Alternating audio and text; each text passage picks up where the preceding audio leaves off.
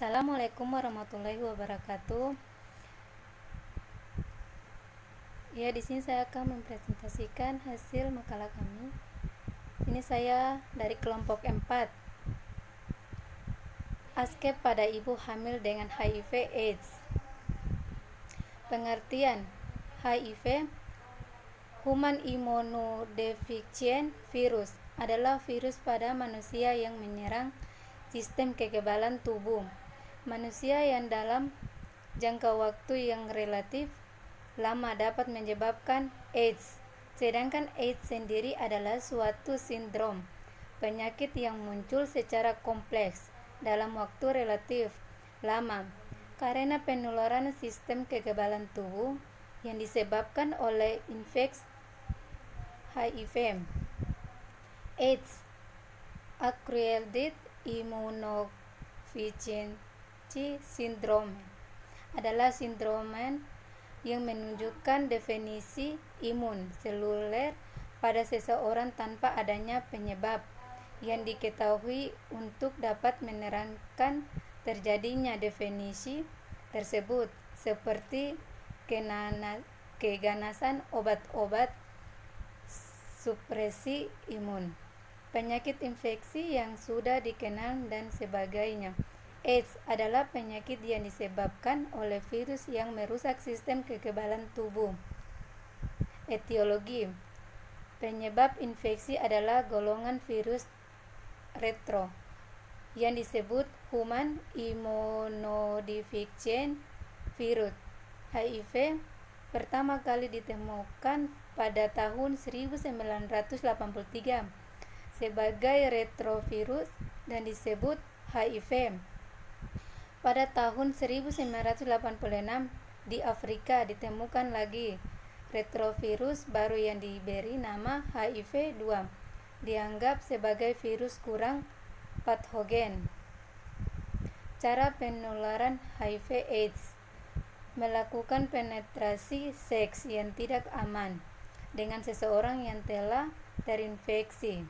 Kondom adalah satu-satunya cara di mana penularan HIV dapat dicegah. Melalui darah yang terinfeksi yang diterima selama transfusi darah, di mana darah tersebut belum dideteksi virusnya, atau penggunaan jarum suntik yang tidak steril dengan menggunakan bersama jarum untuk menyuntik obat bius dengan seseorang yang telah terinfeksi. Wanita hamil dapat juga menularkan virus ke bayi mereka selama masa kehamilan atau persalinan, dan juga melalui menyusui. Macam infeksi HIV/AIDS: tahap di mana fase akut ditandai oleh viramia transient masuk ke dalam jaringan limfoid. Terjadi penularan sementara dari CD4 sel diikuti serokonversi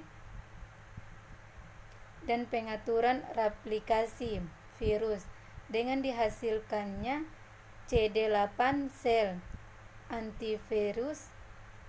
Secara klinis merupakan penyakit akut yang sembuh sendiri dengan nyeri tenggorokan, mialgia non-spesifik, dan meningitis aseptik. Keseimbangan klinik dan jumlah CD4 sel menjadi normal terjadi dalam waktu 6-12 minggu. Dengan tahap menengah, fase kronik berupa keadaan laten secara klinis dengan replikasi virus yang rendah, khususnya di jaringan limfoid, dan hitungan CD4 secara perlahan menurun. Penderitaan dapat mengalami pembesaran kelenjar limfe yang luas tanpa gejala yang jelas. Tahap ini dapat mencapai beberapa tahun. Pada akhir tahun ini terjadi demam, kemerahan kulit, kelelahan, dan viramia. Tahap kronik dapat berakhir antara 7-10 tahun. Diagnosa keperawatan: resiko tinggi infeksi berhubungan dengan imunosupresi, malnutrisi, dan pola hidup yang berisiko. Risiko tinggi penularan infeksi pada bayi berhubungan dengan adanya kontak darah dengan bayi sekunder terhadap proses melahirkan. Risiko tinggi definisi volume cairan berhubungan dengan output cairan berlebih sekunder terhadap diare.